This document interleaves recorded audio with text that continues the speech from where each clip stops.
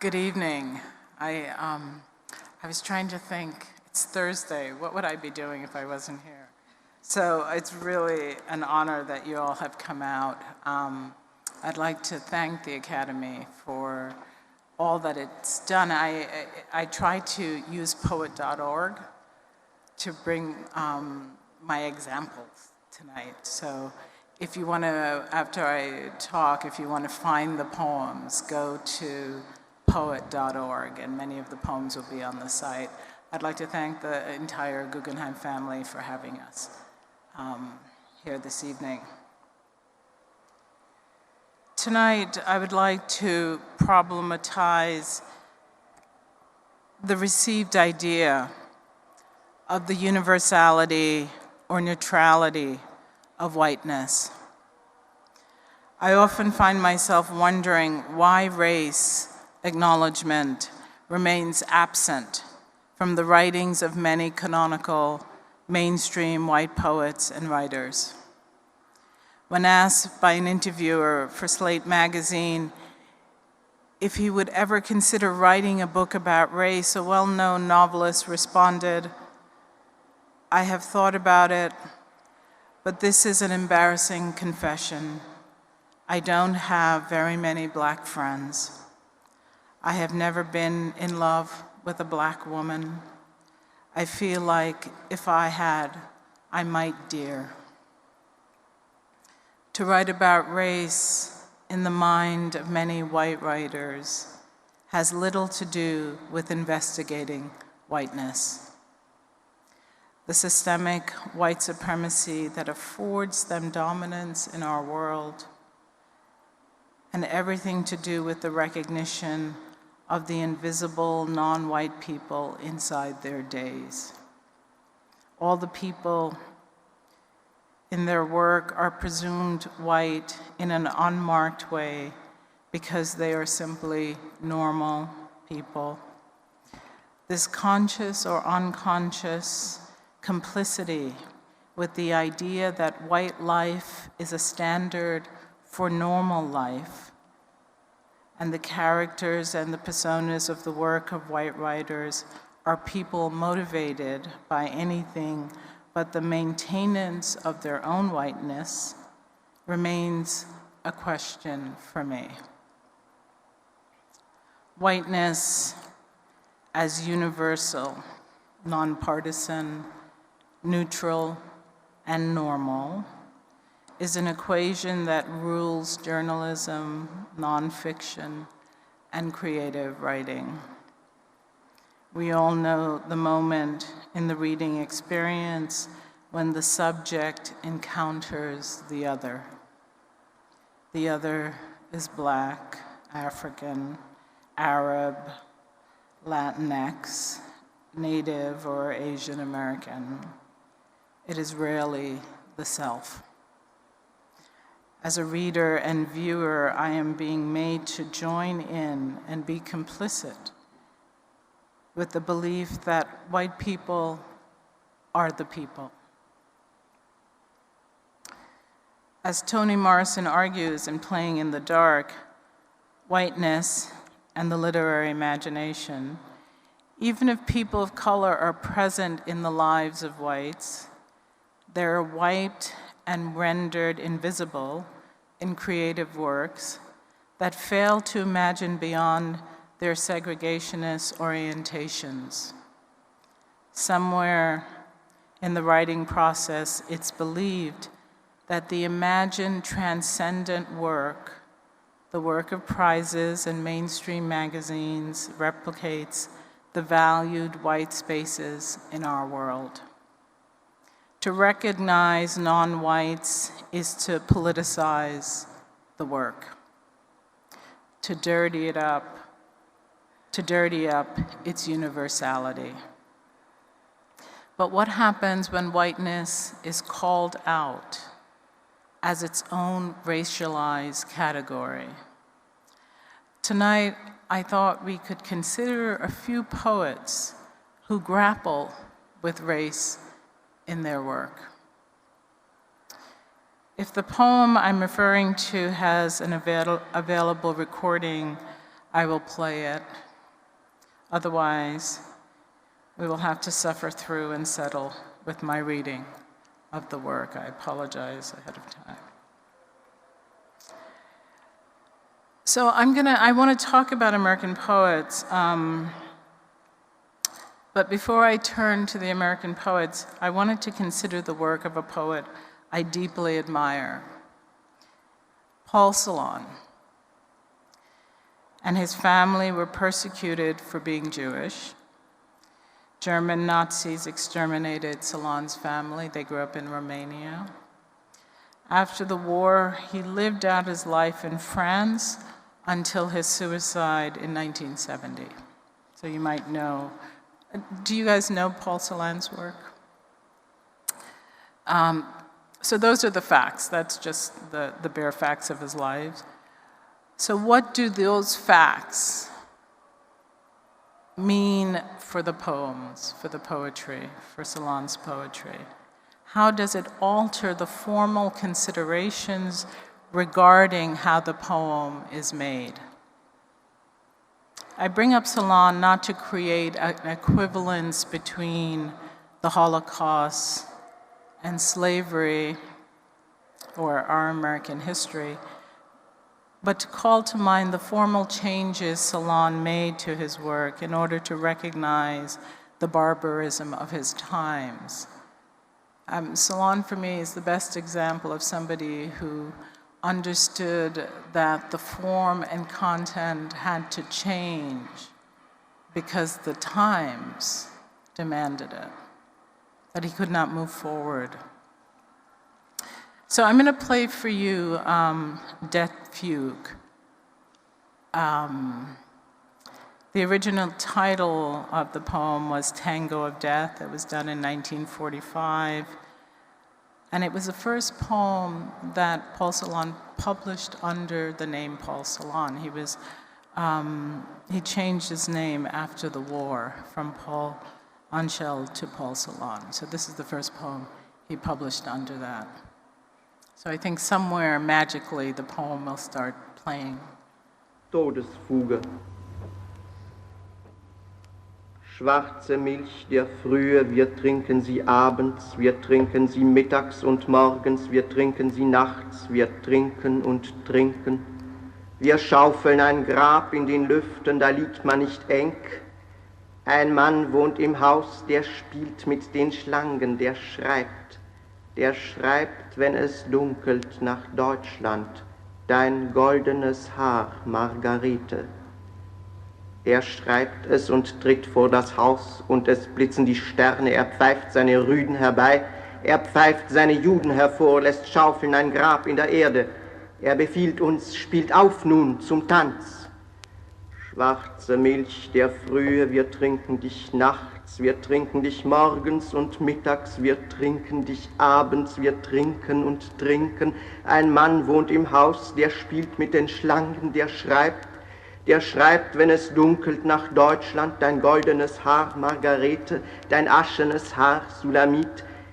Wir schaufeln ein Grab in den Lüften, da liegt man nicht eng. Er ruft, stecht tiefer ins Erdreich, ihr einen, ihr anderen spielt weiter zum Tanz auf. Er greift nach dem Eisen im Gurt, er schwingt, seine Augen sind blau. Stecht tiefer die Spaten, ihr einen, ihr anderen spielt weiter zum Tanz auf. Schwarze Milch der Frühe, wir trinken dich nachts, wir trinken dich mittags und morgens, wir trinken dich abends, wir trinken und trinken. Ein Mann wohnt im Haus, dein goldenes Haar, Margarete, dein aschenes Haar, Sulamite, er spielt mit den Schlangen. Er ruft, spielt süßer den Tod, der Tod ist ein Meister aus Deutschland. Er ruft, streicht dunkler die Geigen, dann steigt ihr als Rauch in die Luft. Dann habt ihr ein Grab in den Wolken, da liegt man nicht eng. Schwarze Milch der Frühe, wir trinken dich nachts, wir trinken dich mittags, der Tod ist ein Meister aus Deutschland. Wir trinken dich abends und morgens, wir trinken und trinken. Der Tod ist ein Meister aus Deutschland, sein Auge ist blau. Er trifft dich mit bleierner Kugel, er trifft dich genau. Ein Mann wohnt im Haus, dein goldenes Haar, Margarete. Er hetzt seine Rüden auf uns, er schenkt uns ein Grab in der Luft. Er spielt mit den Schlangen und träumet. Der Tod ist ein Meister aus Deutschland. Dein goldenes Haar, Margarete. Dein aschenes Haar, Sulamit.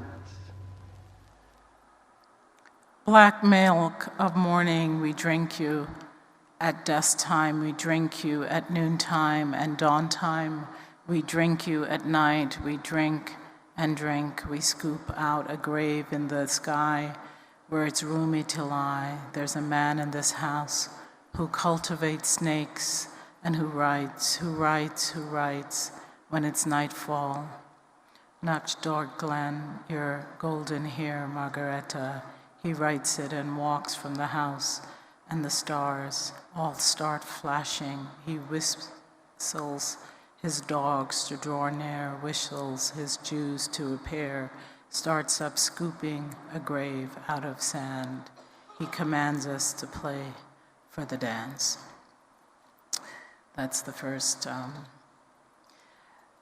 That poem became the poem that people referred to as a kind of anthem around what had happened in the camps. And Salon, after a while, decided that he didn't like the poem because he had written it, let me just read my notes actually instead of talking to you. Salon's Death Fugue was written in conversation with Bach's fugues that were played in the commander's residence in Auschwitz. The poem's use of repetition and refrains kept the rhythms of the music in mind. Salon would later regret the ease the repetition occasioned in the work. That's why I wanted you to hear it, the kind of musicality of the writing. He felt the burden of the poem was eased by the insistence of the repetitive sound. He was to come to feel the writing of poetry should be an encounter. He is translated as saying, I went with my very being towards language. Poetry no longer imposes, it exposes itself. So what does that mean for his writing after Death Fugue? Salon would revise his style so that the poems isolated body parts to prevent wholeness in personhood. The devastation of Shoah would forever be marked by exposing the limits of representation in terms of subjectivity. Assumed subjectivity would be fractured, bodies would be fractured, there would be no wholeness, no repetition on the page. So now I'm going to read you a poem. I don't have a recording of it, but the poem is available to you on Poets.org.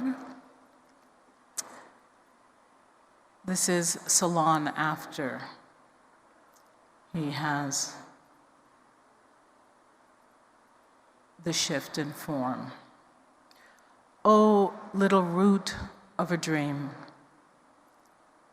Oh, little root of a dream, you hold me here, undermined by blood, no longer visible to anyone, property of death. Curve a face that they may be speech of earth, of ardor, of things with eyes, even here where you read me blind. even here where you refute me to the letter. So if Adorno, which he did say, there could be no poetry after Auschwitz, he would later revise that and say that that's not true, obviously. But I think what he meant is that the form should actually shift because the conception of the world has shifted. So my question for us tonight is why and how or did or will it happen in American poetry? And if it hasn't happened, why not? Similarly, white people are made to inhabit a world of inhuman treatment of others in their midst, throwing them in collusion with the extermination of Native Americans, the enslavement of human beings from slavery to mass incarceration, to encampments of undocumented citizens. How is the reality of living with such barbaric treatment a pressure on the work of white people, if it is at all? And if it isn't, why not? One would think that our reality would impose on our language adaptations that would at the very least point to the injustice. One would think formal considerations would need to be altered for the poetry to coexist with the times. Shouldn't the fact, for example, of the Civil War and the presence of white nationalist propaganda make a difference to both the content and form of the poems? Similar to Solange, shouldn't the poet need to find ways to reflect the breach? Or is Solange the exception because the devastation took him from himself and did not, as in the case of the States, improve the lives of white Americans? The first poet I turned to in my search of a recognition of the pressures of white supremacy and racism on the white poet and the poetic form is Walt Whitman. I am interested in Whitman's first person in its multitudes. I contain multitudes, writes Whitman, as well as his use of lists as a strategy of expedient inclusiveness. Though he was an abolitionist, you might know Whitman he lived in Brooklyn. He's a local guy. And he went to New Orleans, and when he saw the conditions for slaves and former slaves, he came back and he started what he calls a free soil newspaper in 1848. And the name of the newspaper was called the Brooklyn Freeman. And that information is available to you on Poets.org. I'm gonna be a commercial all night long.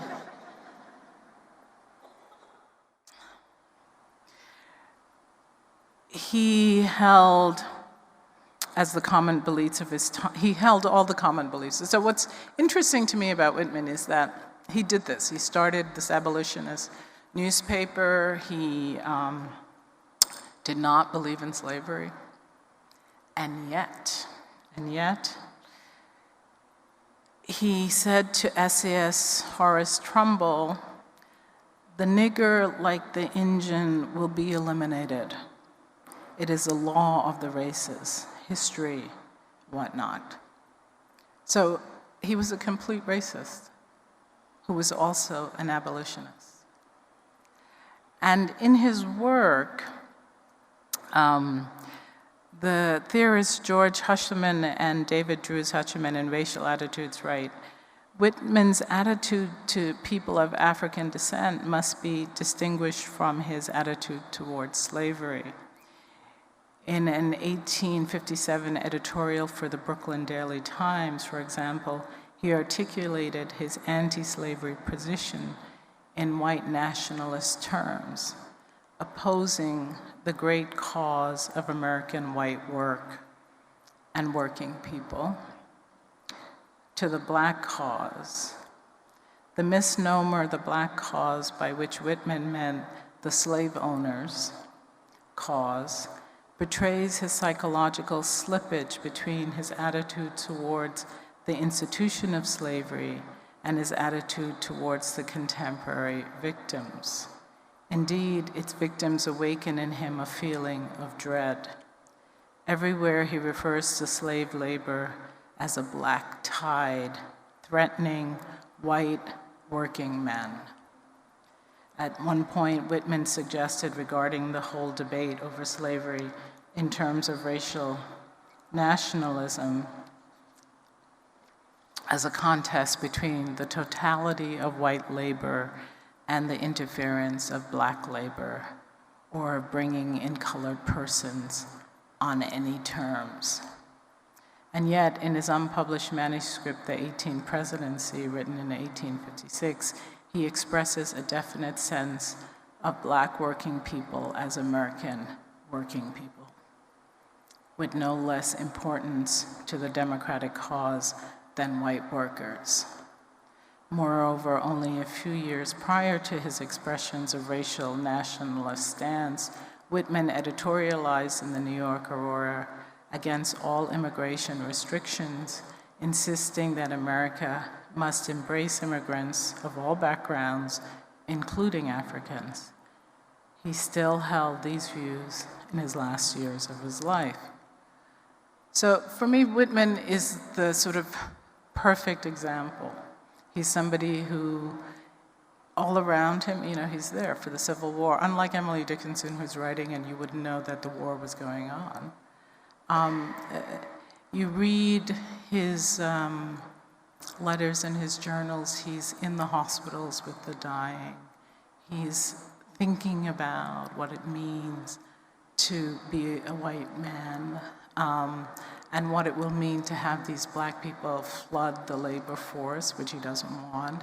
He doesn't believe that they have any kind of real drive. I mean, in that way, he's lining up with Thomas Jefferson. Believe in freedom, but not in the humanity of the actual individual slaves. The critic Lauren Ballant writes of, and this is a quote, "The performance of thinking and intuitive recalibrating as signs of troubled knowing, and living in a historical present whose occupants sense it as distended." So this idea of being inside troubled knowing, you know, and the knowing troubles you, and it cannot align with your sense of the world overall. And so you get people like Whitman, the inconsistency in Whitman's work, for me, becomes a sign of that troubled knowing. I'm going to read a little bit. I don't think we don't have Whitman. I'm going to read a little bit of Whitman's Song of Myself from section 24, and I'm going to read it because it's where Black people show up. Why not? I speak the password primeval. I give the sign of democracy. By God, I will accept nothing which all cannot have their counterpart of on the same terms. That sounds good. Through me, many long, dumb voices, voices of the interminable generation of prisoners and slaves, voices of the diseased and despairing, and of thieves and dwarfs, voices of cycles of preparation and accretion, and of the threads that connect the stars, and of wombs, and of the father stuff, and of the rights of them the others are down upon, of the deformed, trivial, flat, foolish, disbarred fog of the air, beetles, rolling balls of dun. I mean, it sounds very good, and I like the way it starts. But then you begin to think about the equivalence of the lists that appear in Whitman's work. These lists become a form of distancing. It's this thing and it's this thing. I mean, the democratic gesture of it is that it opens out in a democratizing line to everyone. But the everyone becomes the prisoner and the slave, the thief and the dwarfs. Another poet who needed to recalibrate her troubled knowing is Gertrude Stein. Her own status as a queer Jewish woman might have led her to desire language to lose its referential limits. Critic Lorna Stedman claims Stein's intent was to radically overthrow hierarchies and power structures required in undermining categories and ranking systems. Hence, her insistence on the use of words like coons and nigger in her work, in contexts that were meant to dehistoricize them. So when you read Stein and you come across the use of words like coon or nigger, she knows what she's doing. One of the thing that Stein is very good at is she's able to take a word and strip it of its historical life. So she will repeat the word rose in such a context that you no longer think about love. And she tried to do that with the word nigger. And she tried to do that with the word coon. And here's an example in Tender Buttons. And cousin to coming, relation, difference, and racialized language in Stein non-representational text, Stedman points out that the police dinner from Tender Buttons contains the phrase, needless are niggers. This is the piece, dinner. Not a little fit, sun sat in shed more mentality. Let us why wait. Let us why winter chess. Let us why. Only a moon to soup her, only that, in the cell never, be the cup's nice bee, shatter it they lay. Egg, air, nuts, look about, shoulder, let it strange, soul in bell, necks herds. It was a time when in the acres in late, there was a wheel that shot a burst of land, and needless are niggers, and a sample set of old eaten butterflies with spoons. All of it to be are fled and measure make it, yet all the one in that we see.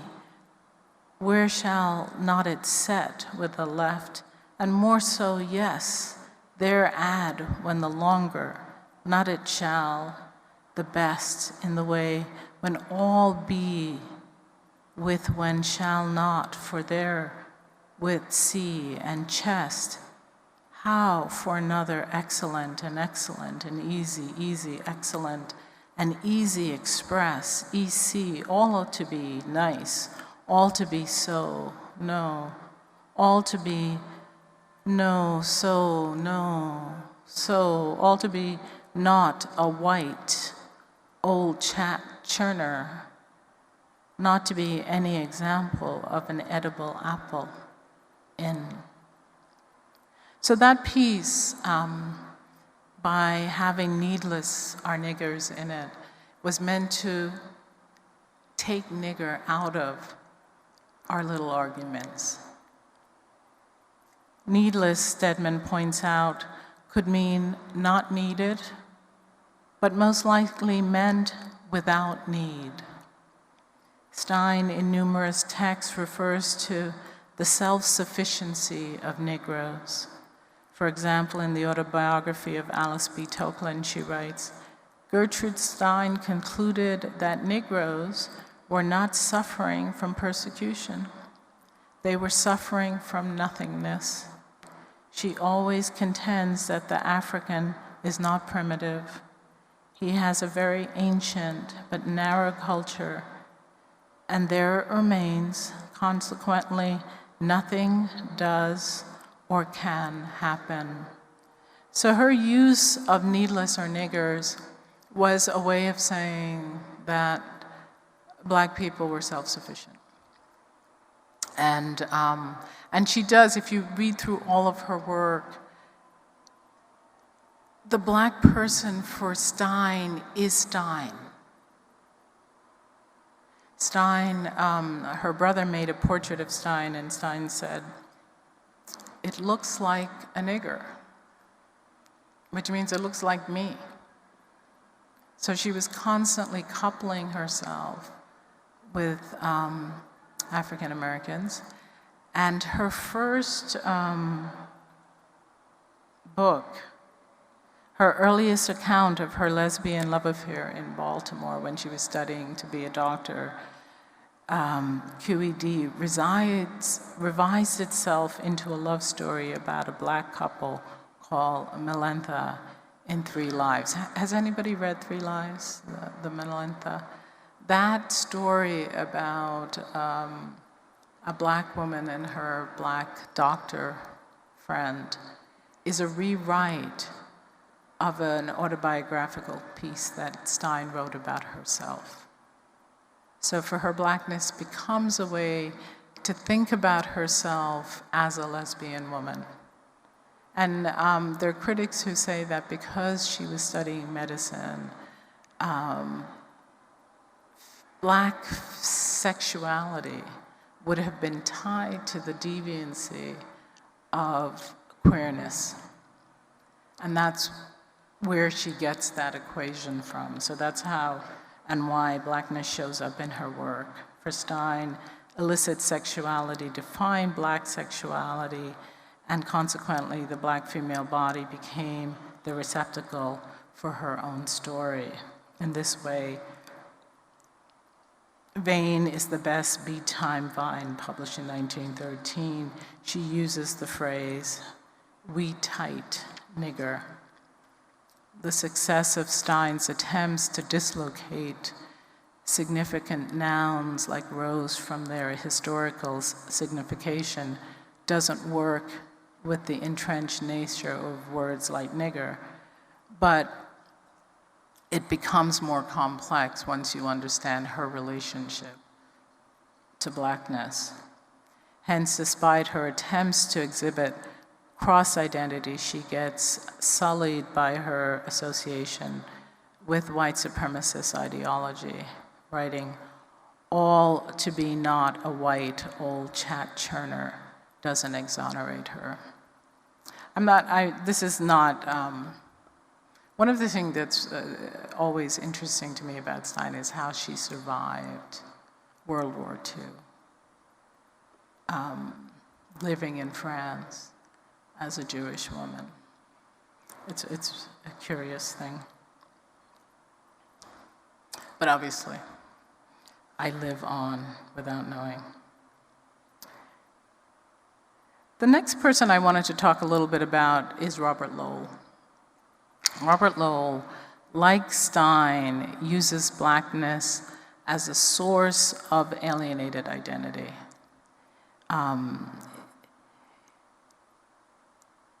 When you read Lowell, there are no Black people in life studies. But if you read the early drafts of Lowell's poems, the first draft, they're in those. which is fascinating to me. So, for example, Holy Matrimony, which would become the poems Man and Wife and To Speak of Woe That Is Marriage, both of which are contained in life studies.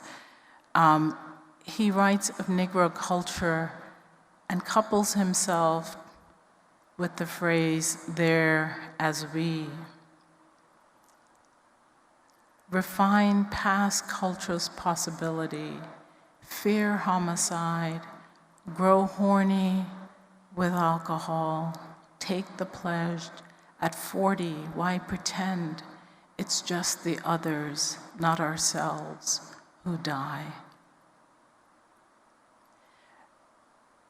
That poem, that I'm not going to read you the entire first draft, but Holy Matrimony is broken up into these two poems, and that reference to Negro culture gets excised.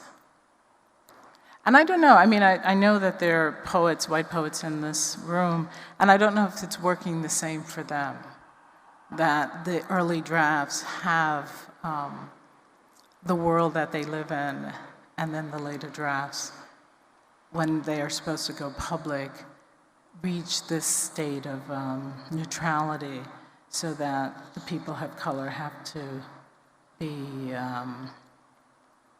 made invisible. I only have a couple more poems I wanted to share with you. I'm not going to read the two little poems.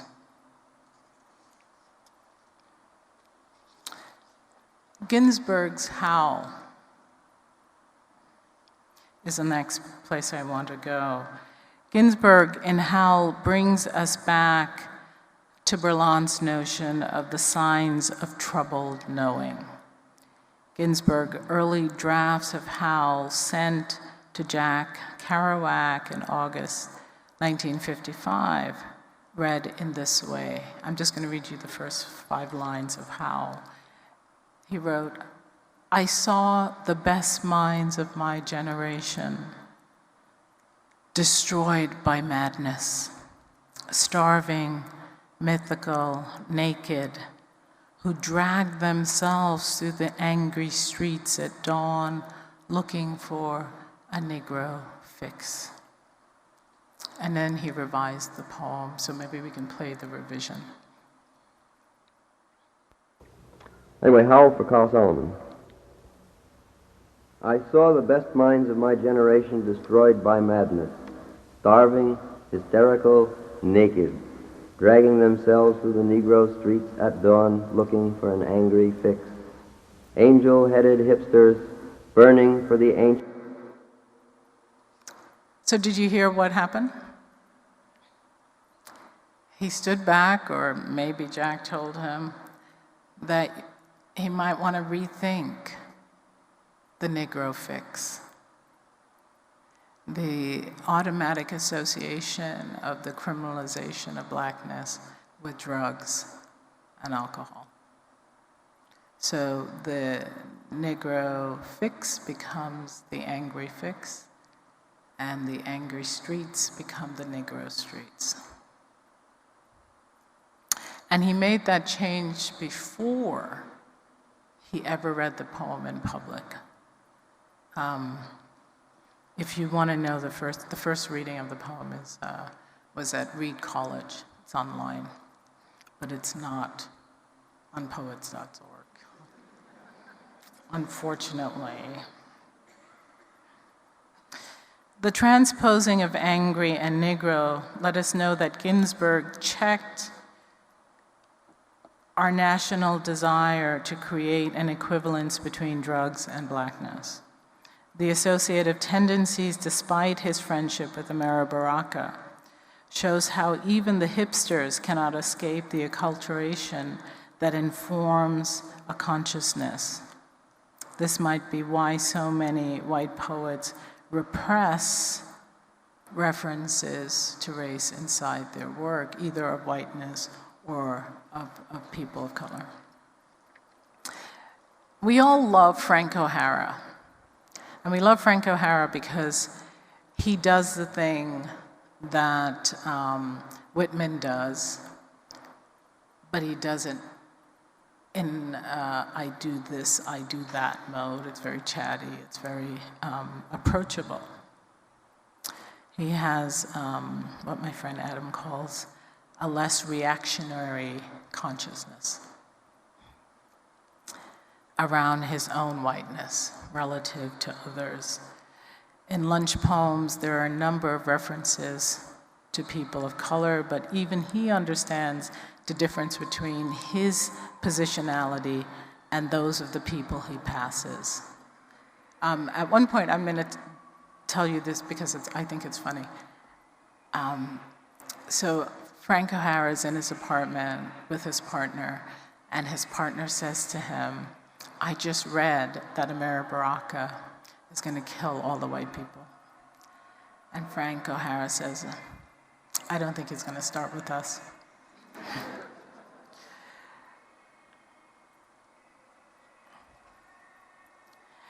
So he understands between his positionality and those of the people he passes on the street, and in his I do this, I do that poems. So we don't have the Ron Padgett reading, but I'll read you a little bit of this poem. It's called A Step Away from Them.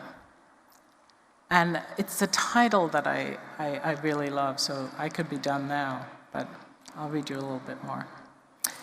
It's my lunch hour, so I go for a walk among the hum-colored cabs.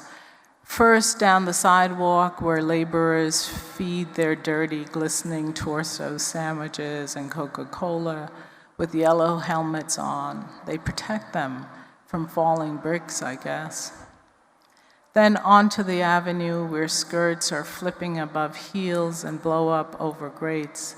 The sun is hot, but the cabs stir up the air. I look at bargains and wristwatches. There are cats playing in sawdust. On to Times Square, where the sign blows smoke over my head, and higher the waterfall pours lightly. A Negro stands in a doorway with a toothpick languorously agitating. A blonde chorus girl clicks. He smiles and rubs his chin. Everything suddenly honks. It's 12:40 of a Thursday. Thursday. Huh. Neon in daylight is a great pleasure, as Edwin Demby would write, and at light bulbs in daylight, I stop for a cheeseburger at Juliet's Corner. Giulietta Massini, wife of Federico Fellini. I can't do the accent of Bellatrix, and chocolate malted, a lady in foxes on such a day puts her poodle in a cab. There are several Puerto Ricans on the avenue today, which makes it beautiful and warm. First, Bunny died, then John Latoste, then Jackson Pollock. But is the earth as full as life was full of them? And one has eaten and one walks past the magazines with nudes and the posters for Bullfight and the Manhattan Storage Warehouse, which they'll soon tear down. I used to think they had the Armory show there, a glass of papaya juice, and back to work. My heart is in my pocket. It is Poems by Pierre Reverdy. I'm interested, I'm going to end soon, but I'm interested in that poem because of the way it includes, without assuming any kind of knowledge of the people that he's walking by, so that the people of color are there because they are there. They haven't been stripped out of the poem in order to create a landscape that will be neutral. And for that, I've always loved O'Hara. I'm going to end with two poems that we do have recordings for The first is, I'm just going to play them and then I'm going to end. The first is by Charles Bernstein, and it's called In Particular. And it's interesting because it does the thing of the list. It's another white male poet, including everyone in the poem, but not using the first person. So the subjectivity of the poem is not through the lens of whiteness as an expansive hold on the rest of the world. It's a list that is a list. So can we play that?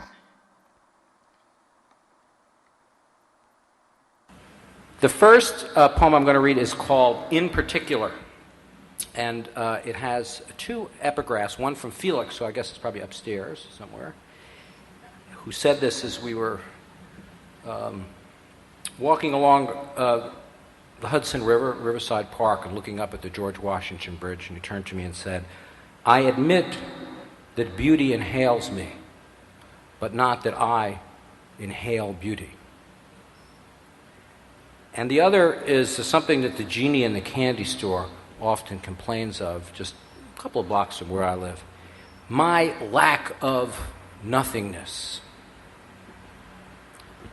A black man waiting at a bus stop, a white woman sitting on a stool, a Filipino eating a potato, a Mexican boy putting on shoes, a Hindu hiding in igloo, a fat girl in blue blouse, a Christian lady with toupee, a Chinese mother walking across a bridge, an Afghanistani eating pastrami, a provincial walking on the peninsula, a Eurasian boy on cell phone, an Arab with umbrella, a southerner taking off a backpack, an Italian detonating a landmine, a barbarian with beret, a Lebanese guy in limousine, a Jew watering petunias, a Yugoslavian man at a hanging, a Sunni boy on a scooter, a Floridian climbing a fountain, a beatnik writing a limerick, a Caucasian woman dreaming of indecision, a Puerto Rican child floating on a balloon, an Indian fellow gliding on three-wheeled bike, an Armenian rowing to Armenia, an Irish lad with scythe, a Bangladeshi muttering questions, a worker wading in puddles, a Japanese rollerblade fixing on a blend, a Burmese tailor watching his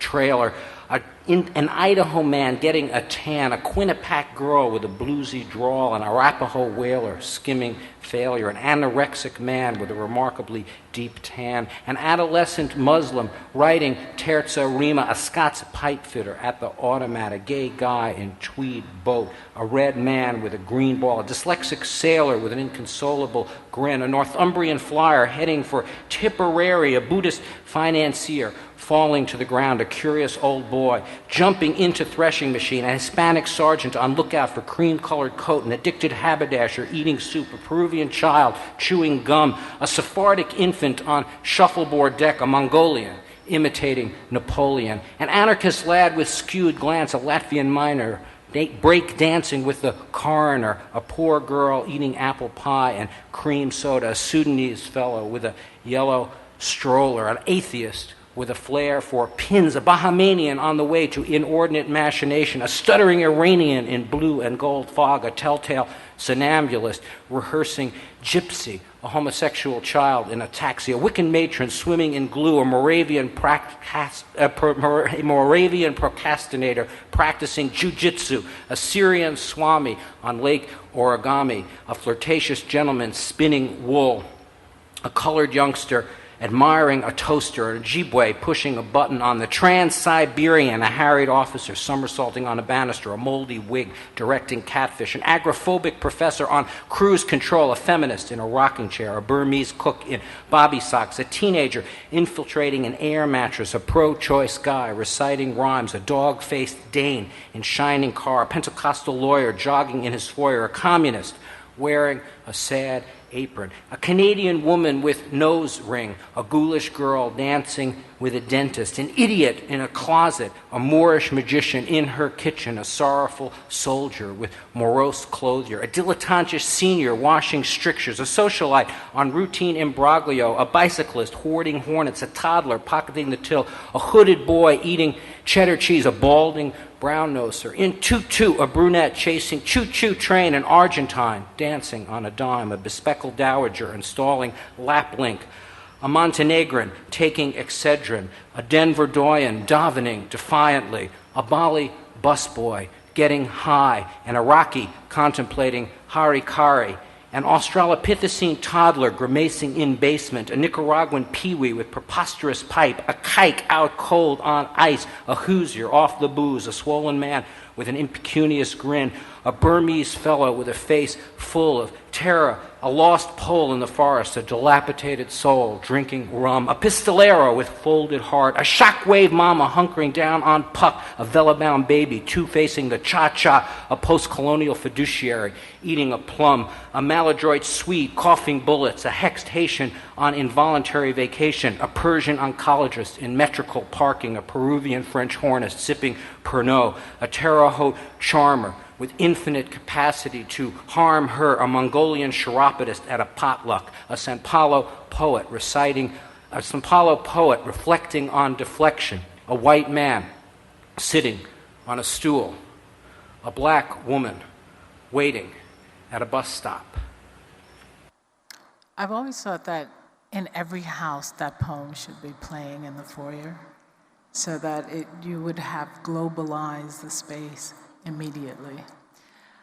So I'm going to end, in conclusion, I want to make a request and then I'm going to play the last piece, which is by Tracy Morris, in conversation with the religious right. So what does it have, how does it look when we take someone with a black consciousness engaging whiteness and opening it out not as a list, but as a kind of slippage from moment to moment. Those of you who are poets and who want to take on the challenge of responding in your work to the times by thinking about how your formal structures should speak back to the world that we're living in. We at the Racial Imaginary Institute would love to post your work. So if you write things that you think engage whiteness, problematize whiteness, no matter who you are, we would love to get it. We're not in competition with the Poets.org site, which you should all go to. Poem a day, which is a gift that they give to us. But if you do take on the challenge, we will receive the work. And Tracy's poem is presently on the Racial Imaginary Institute. So thank you. And we'll play Tracy's poem now. You better hope Jesus save you.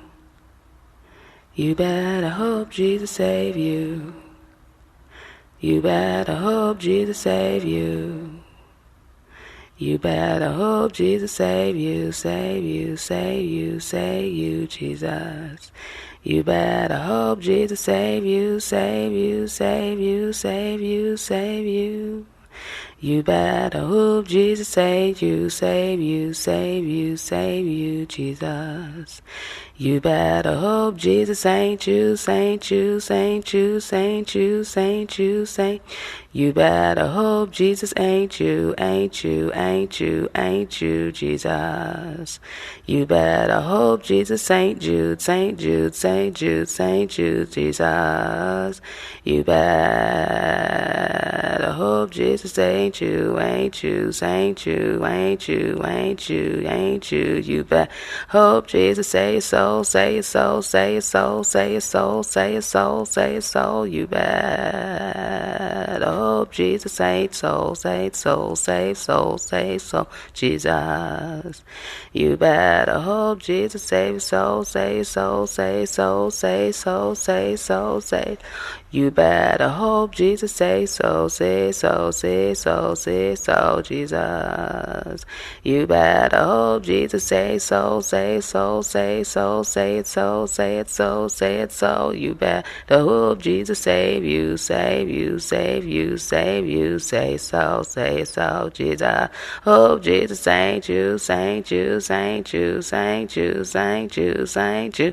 You better